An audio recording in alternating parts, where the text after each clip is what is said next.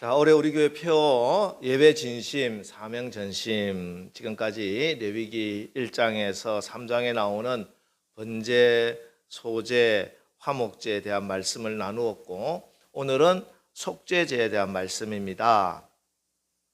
우리가 하나님께 드리는 예배와 세상 이방 우상들을 섬기는 제사는 본질적으로 다르다, 계속 말씀을 드리고 있습니다.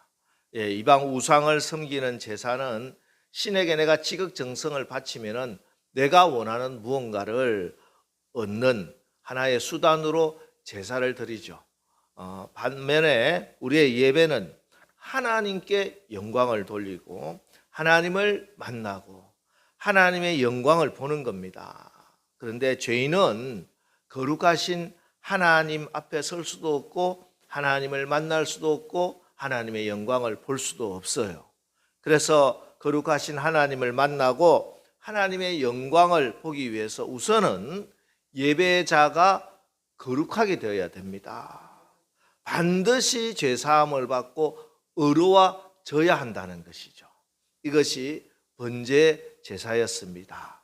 죄인된 내가 죽어야 하는데 나 대신 제물이 되어 죽어 온전히 하나님의 어린 양이 예수님이 태워져 올라가 우리가 거룩하다 인정을 받게 되는 것입니다.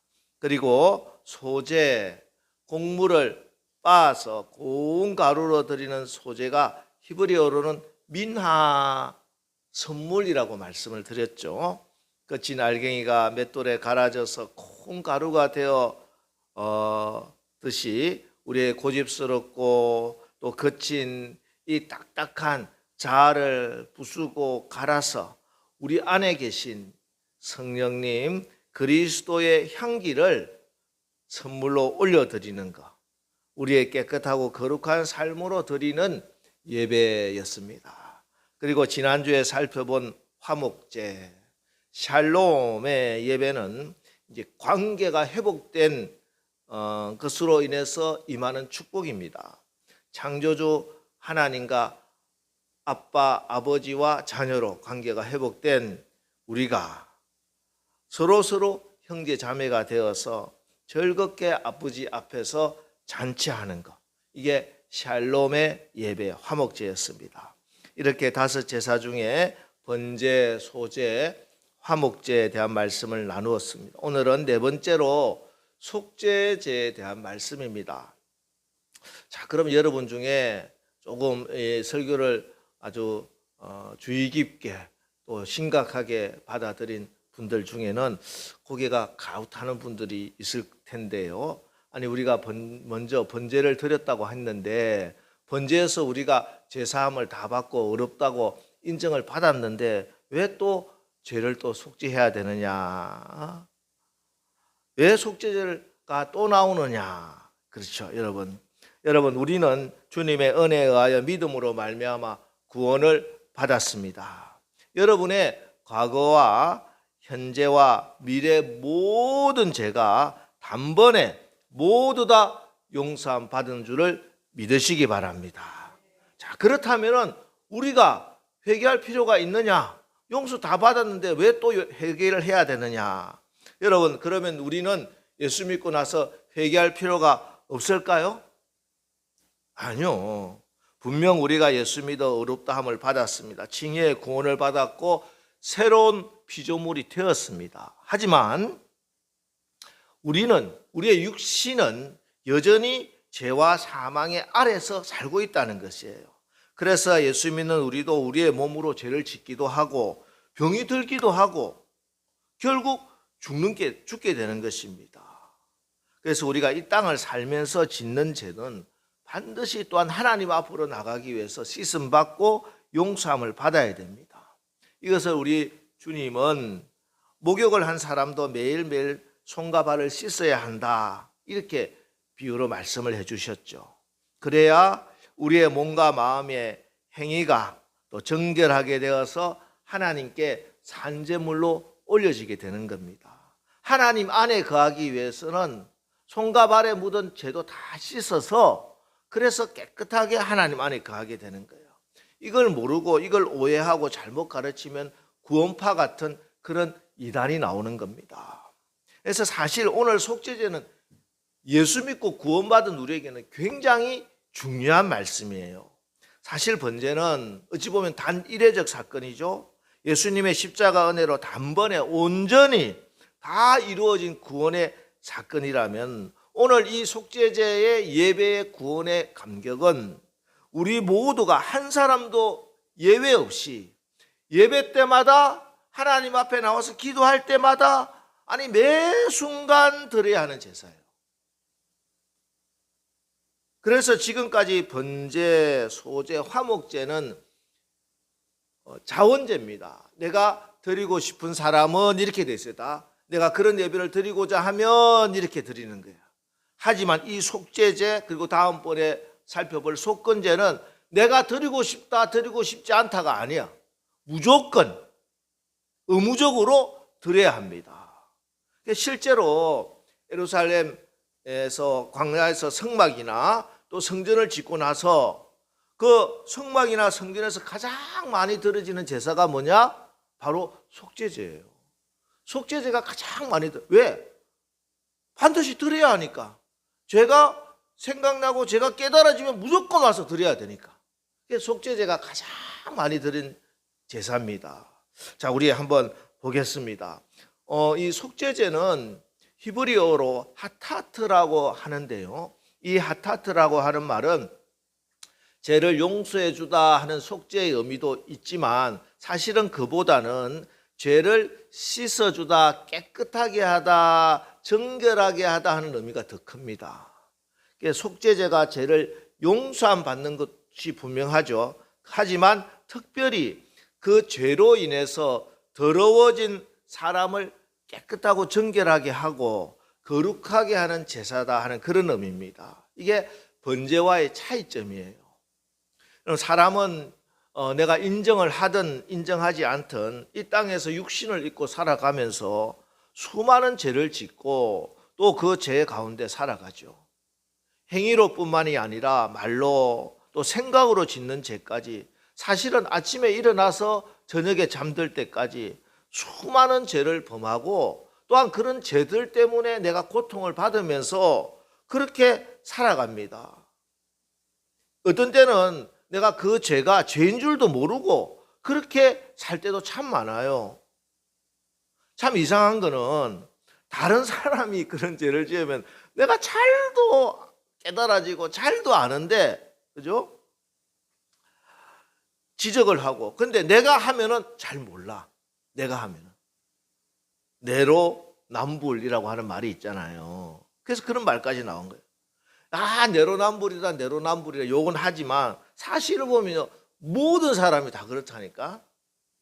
다른 사람에 대해서는 엄격하게 잣대를 대면서 내가 비판하고 하는데 내가 그런 걸 하면 나는 그건 실수였다, 어쩔 수 없었다. 그래서 사람들은 내가 짓는 죄뿐만 아니라 내 죄에 다른 사람을 판단하는 그런 죄까지 더해서 날마다 죄를 짓고 살고 있어요. 그래서 우리 주님이 주신 제사가 속죄제입니다. 자, 오늘 본문이 이렇게 시작합니다. 1절 여호와께서 모세에게 말씀하여 이르시되, 항상 우리에게 주시는 복음은 하나님의 축복은요 여호와께서 말씀하여 이르시되 이렇게 시작하는 거예요. 하나님이 말씀해 주시는 거예요. 우리가 내가 생각해 보니까 내가 죄인이구나, 내가 이런 죄를 지었구나, 이 죄를 내가 어떻게 하면은 깨끗이 용서함 받고 씻음 받을 수 있을까요? 하나님께 물어본 게 아니라니까요. 나는 죄인 줄도 모르고 죄 가운데 고통을 받으면서 왜 내가 이런 고통이 있는 줄도 모르는데 하나님께서 우리에게 말씀하여 이르시되 이렇게 해주시는 거예요. 그래서 이 죄 용서함을 받고 죄 씻음을 받는 이 속죄제도 은혜인 거예요. 은혜. 하나님이 일방적으로 우리에게 깨끗이 씻어주시기 위해서 하나님이 주신 거예요. 이렇게 말씀합니다. 2절에 이스라엘 자손에게 말하여 이르라, 누구든지 여호와의 계명 중 하나라도 그릇 범하였으되. 자, 여기서 누구든지 하나라도, 이게 참 중요한 말씀이에요. 누구든지 하나라도. 이 우선은 은혜로의 초청입니다.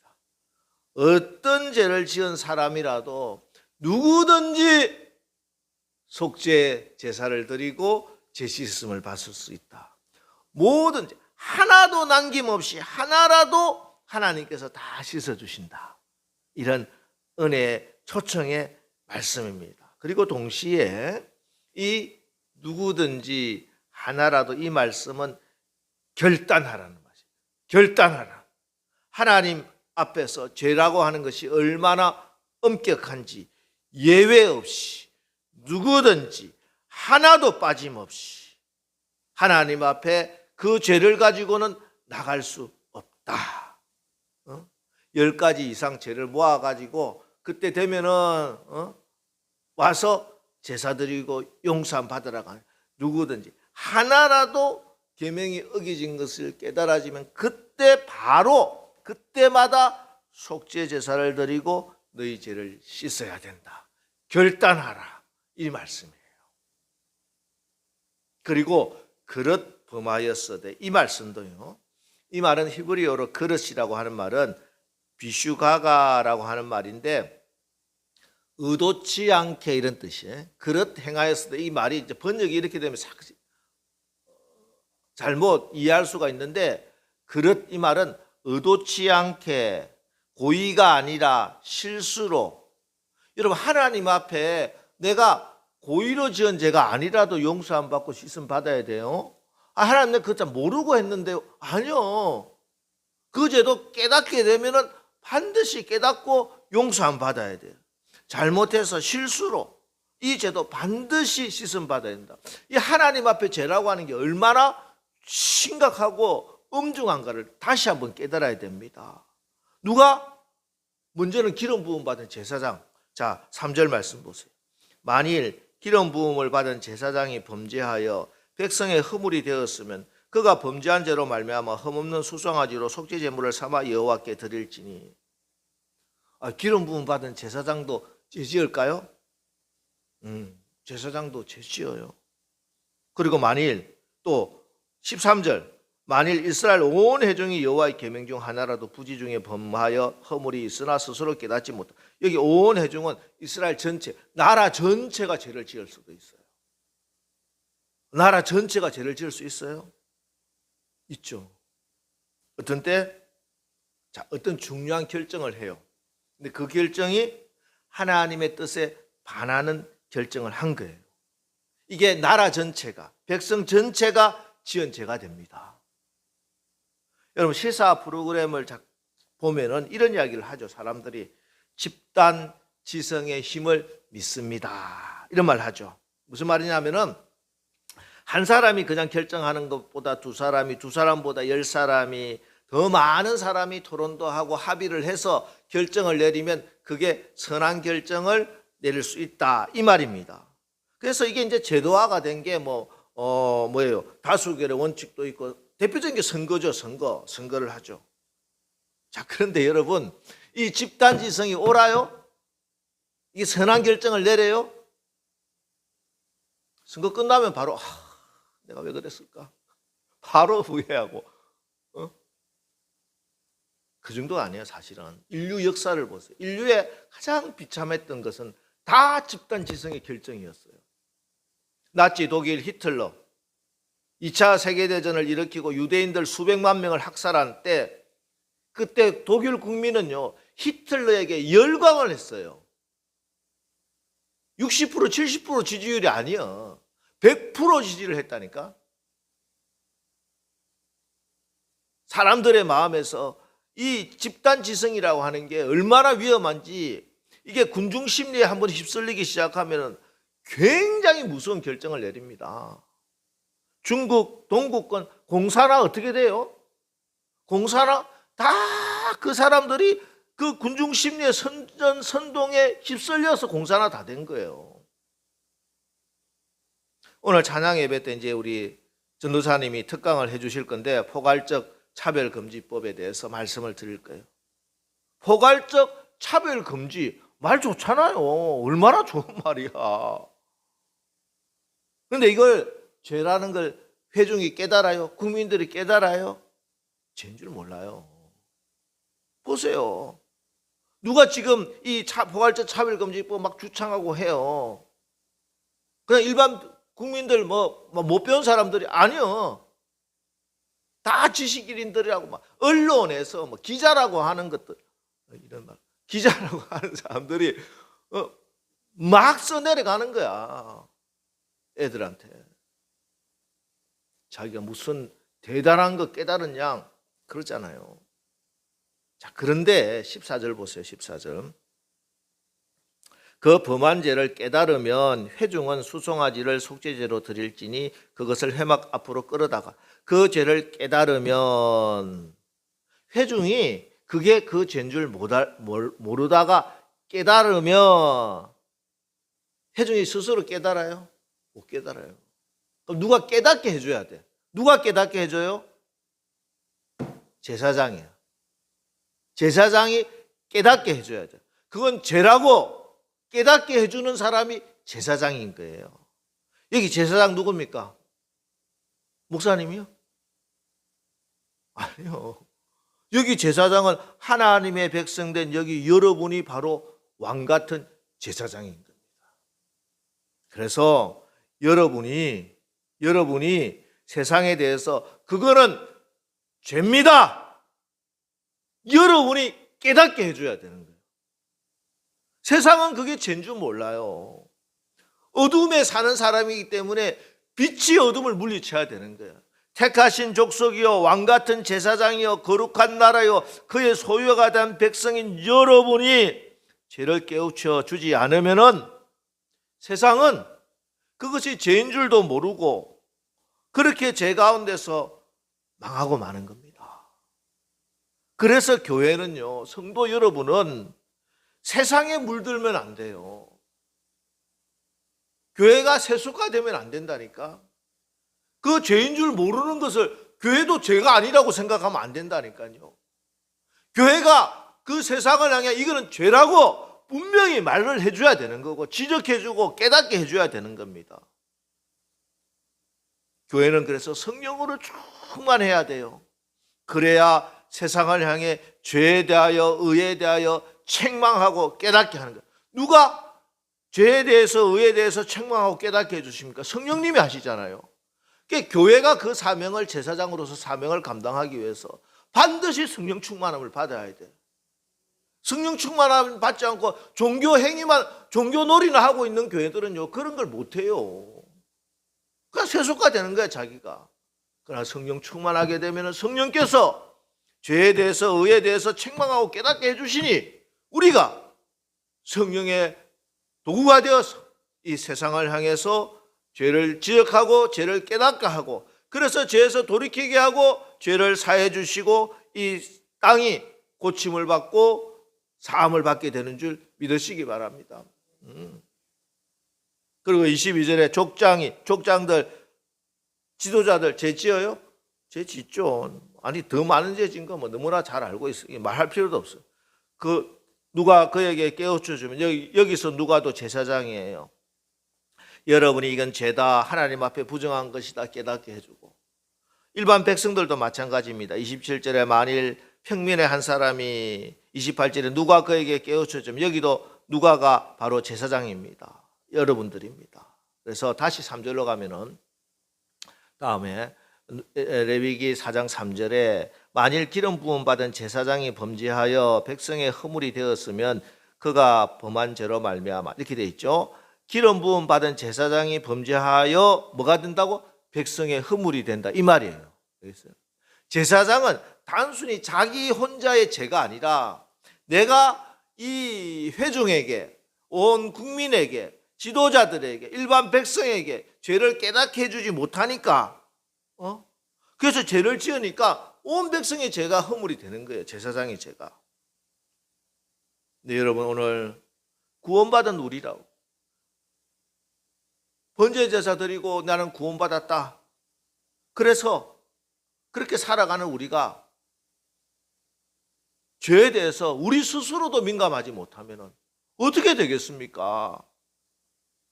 내가 하나님 앞에서 나도 죄 가운데 살고 있는데 내가 그 죄를 깨닫고 회개하고 빨리 돌이켜야지 되는데 내 스스로가 성령께서 지적해 주시는 그 죄에 너무 둔감한 거예요.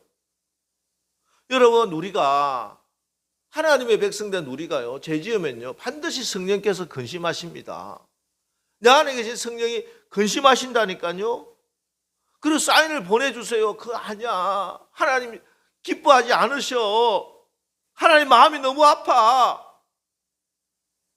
환경을 통해서도 말씀을 주시고 설교 말씀을 통해서도 지적해 주시고 내 양심에게 성령이 끊임없이 근심하시고 탄식하시고 계시다.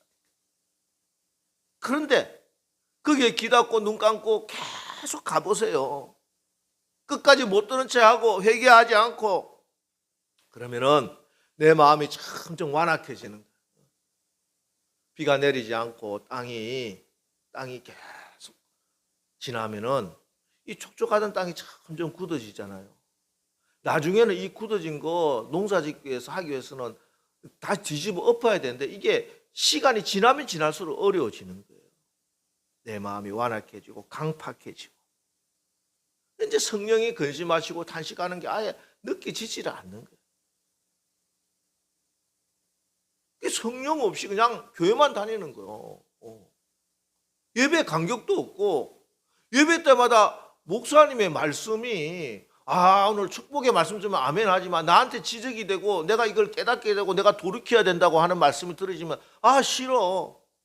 목사님 왜 저래 매일마다 저런 죄에 대해서만 말씀하셔. 좀 좋은 말씀, 축복의 말씀만 해주지. 물론 축복의 말씀도 받아야죠. 그러나 내가 축복의 말씀을 받을 그릇이 돼야지. 나를 깨끗하게 해야지 그 안에 아름다운 좋은 음식을 담을 수 있을 거 아니에요. 금요일날 제가 말씀했나? 아니야, 새벽기도 말씀했나? 어떤 때는 컵에다가 물을 따라 마시는데 비릿한 냄새가 나요. 어떻게 된 거예요?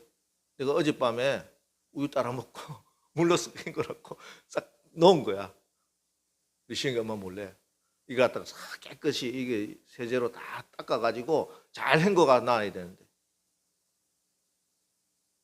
우리가 하나님이 복을 담아 주시기를 원하셔도 내한테 이 죄가 있으면요 하나님께서 그것을 담을 수가 없다니까. 먹을 수가 없는 음식이 돼버린 거예요. 아무리 좋은 음식에 관계가 없어요. 내 그릇을 깨끗하게 해야 됩니다. 자, 이 죄의 시스템, 원회중의 제도, 족장의 제도, 평민의 제도, 이걸 죄라고 깨우쳐져야 됩니다. 어떻게 해야 됩니까? 그렇게 우리가 깨우쳐질 수 있는 성령으로 충만한 깨끗한 그릇이 되기 위해서 4절, 그 수송아지를 회막문 여호와 앞으로 끌어다가 그 수송아지의 머리에 안수하고 그것을 여호와 앞에서 잡을 것이요. 2번 반복되는 말씀이 있습니다. 죄 문제 해결 두 번. 중요한 거 여호와 앞에서. 그래. 이 죄 문제는 세상의 기준이 아니라는 걸 알아야 돼. 여호와 앞에서, 하나님 앞에서, 하나님의 법 앞에서예요.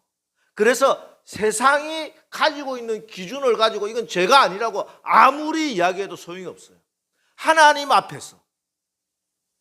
이걸 푸는 방법도, 이게 해결하는 방법도 세상의 도를 닦는다고 윤리 도덕 뭐 잘 지킨다고 법을 갖다가 뭐 엄청나게 잘 만든다고 해결될 문제가 아니라니까. 오직 여호와 앞에서 하나님의 방법으로만 해결되는 줄 믿으시기 바랍니다. 그게 뭐예요? 5절 말씀입니다. 기름 부음을 받은 제사장은 그 수송아지의 피를 가지고 회막에 들어가서 뭡니까? 수송아지의 피입니다. 피. 내가 죽어서 뚝뚝 흘려야 하는 그 피. 나를 대신하여 죽어서 흐르는 그 수송아지의 피. 바로 십자가에서 흘리신 보혈을 의지하여 회막 안으로 거룩하신 하나님의 앞으로 나가는 것입니다. 그 피를 가지고 뭐 하느냐? 6절, 7절.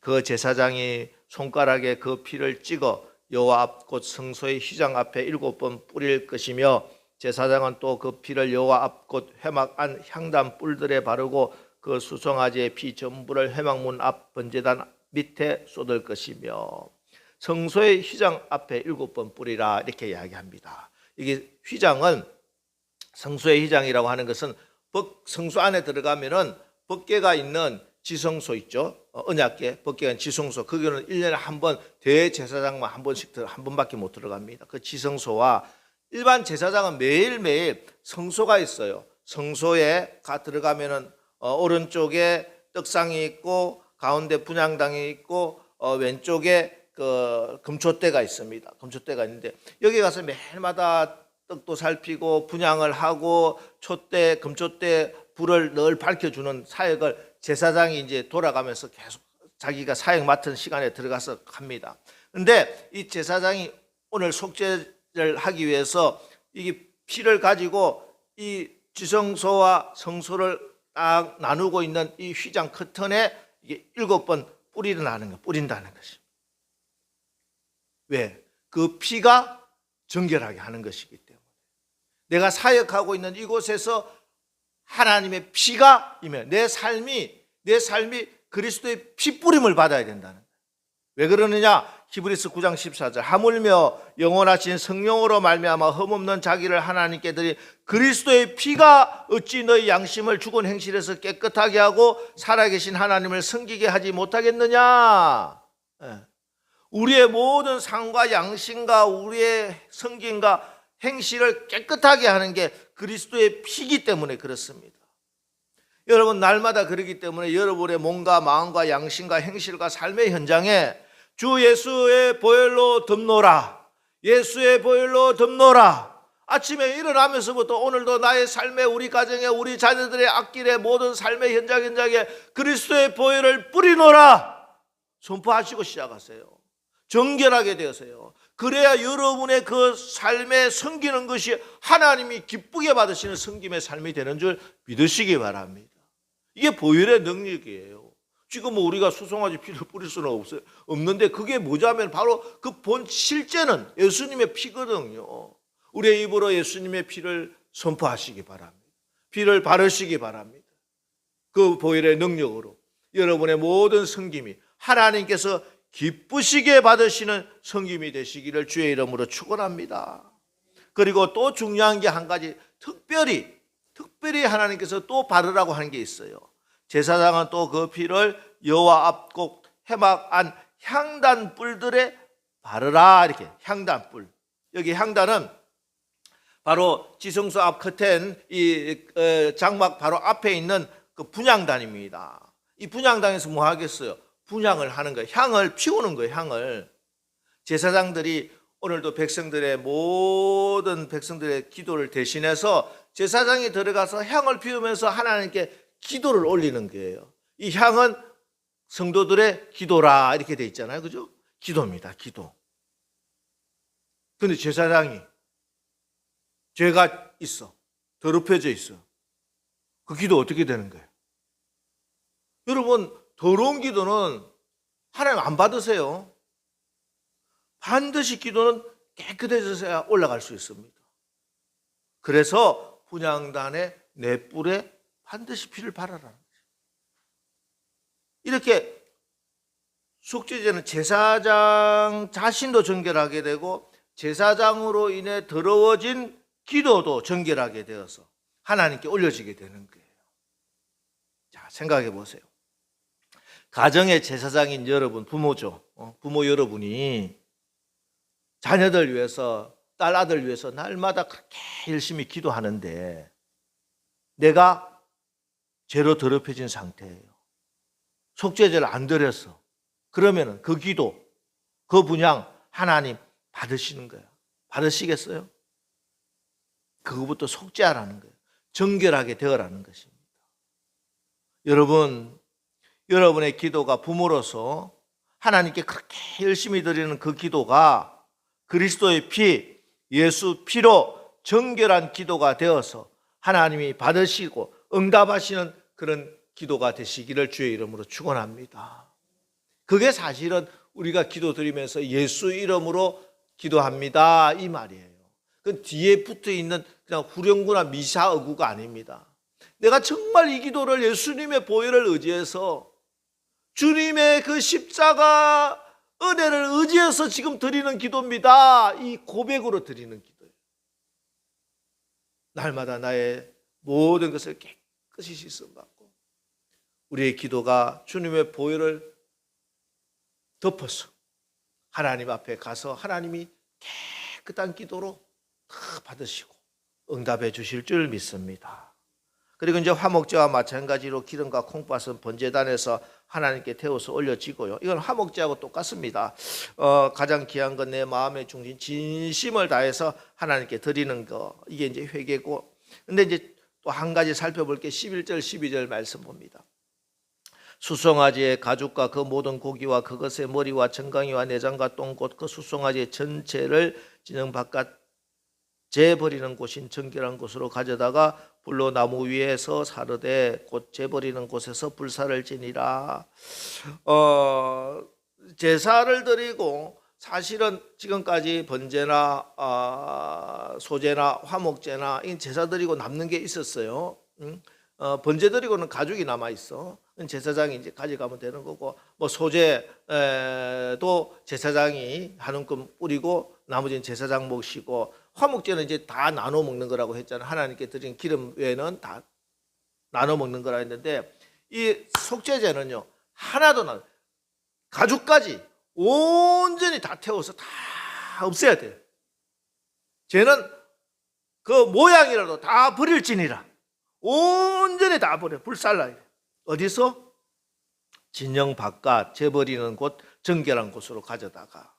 자, 그런데 여기에 조금 이게 이제 구약의 성도들이 이 말을 어떻게 이해했는지 전 잘 지금 모르겠어.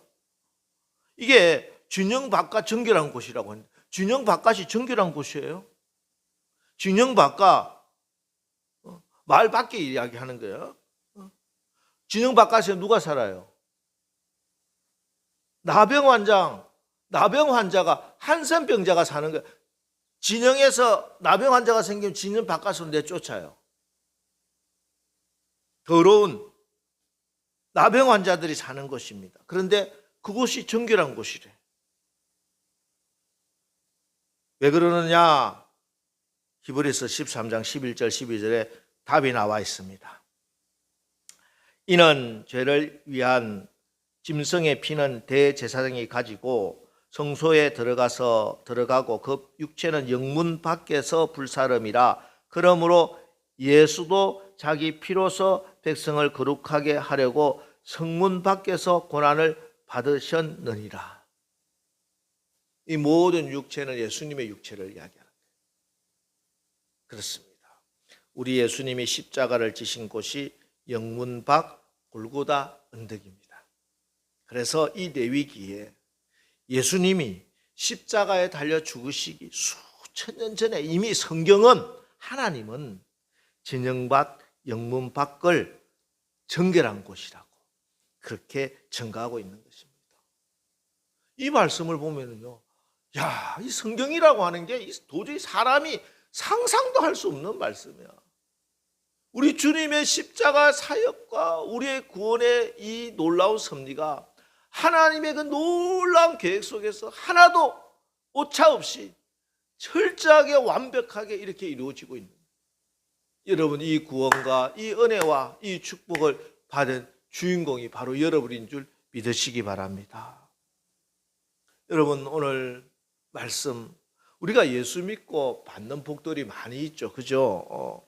많은 복이 있는데 그 복 중에 최고의 복은 바로 속죄의 은혜입니다. 속죄, 죄를 깨끗이 씻어서 하나님의 복을 받을 수 있게 되는 거예요. 진짜 복이 깨끗이 씻는 복이에요. 우리가 우리 죄를 자백하면 그는 미쁘시고 의로우사 우리의 죄를 사하시며 우리를 모든 불의에서 깨끗하게 하시느니라. 아멘입니다. 이게 속죄제 예배요, 은혜요, 축복입니다. 그렇습니다. 지금도 우리의 주님의 십자가 고난과 피 흘림이 우리의 모든 죄를 씻어 주십니다. 이것이 예수 믿고 우리가 받는 복 중에 가장 큰 축복인 것입니다. 이제 이번 한 주간 이 속죄의 은혜와 능력으로 여러분 죄를 이기십시오. 죄를 씻을 뿐만 아니라 죄와 피 흘리기까지 싸우라. 히브리서 그렇게 말씀. 피 흘리기까지 싸워서 이기시고 빛으로 이 어둠의 세상을 깨우치고 그렇게 거룩한 정결한 제사장의 삶을 사시기를 주님의 이름으로 축원합니다.